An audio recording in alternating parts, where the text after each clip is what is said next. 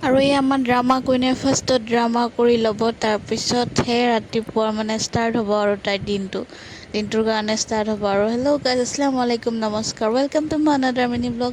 এই আমাৰ পৰিয়ে দাঁত ব্ৰাছ কৰিলে, তাৰপিছত খোৱা লোৱা কৰিলে, নাস্তা বনাইছিলোঁ পৰঠা, আৰু তাৰপিছত পৰীক ৰেডি কৰাই দিলোঁ। পৰী টিফিন চিফিন পেক কৰি পৰীক স্কুলত লৈ গৈছোঁ। আৰু আমাৰ পৰীহঁতৰ স্কুলত মানে তাই গৰমৰ কাৰণে চেণ্ডেল এলাউ কৰিছে, আৰু তাই মাৰি নগ'লেও হ'ব বুলি কৈছে।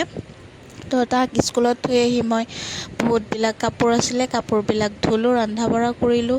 ৰন্ধা বঢ়া কৰি উঠাৰ পিছত বহুত বেছি ভাগৰ লাগিছে, ইমান গৰম দিছে নহয়। তাৰপিছত এনেকৈ অকণমান টাইম ৰেষ্ট ল'লোঁ। ৰেষ্ট লোৱাৰ পিছত পৰী আহি পালে, আৰু পৰী আহি পোৱাৰ পিছত পৰীৰ আব্বুৱে অকণমান জুচ বনালে, যিহে গৰম দিছে মানে। আৰু এয়া পৰী আৰু পিহু মানে জুচ খাব ৰখি আছে সিহঁতে। আৰু এয়া আমি দুপৰীয়া ভাত খাব লৈছোঁ, মই পৰী আৰু পৰীৰ আব্বা মানে খাব আৰু আমাৰ লগত বহনাই এতিয়া। আৰু পিহু পিছফালৰ পৰা হাই দি আছে, তাই যিহেতু মাছ মাংস একো নাখায়, সেইটো কাৰণে তাই আমাৰ লগত ভাত খোৱা নাই। আৰু এয়া আবেলি সময়ত মই মানে একদম স্পেচিয়েল চাহ বনাই ল'লোঁ মোৰ কাৰণে, আৰু পৰীকো খাব দিলোঁ। আজিলৈ বাই।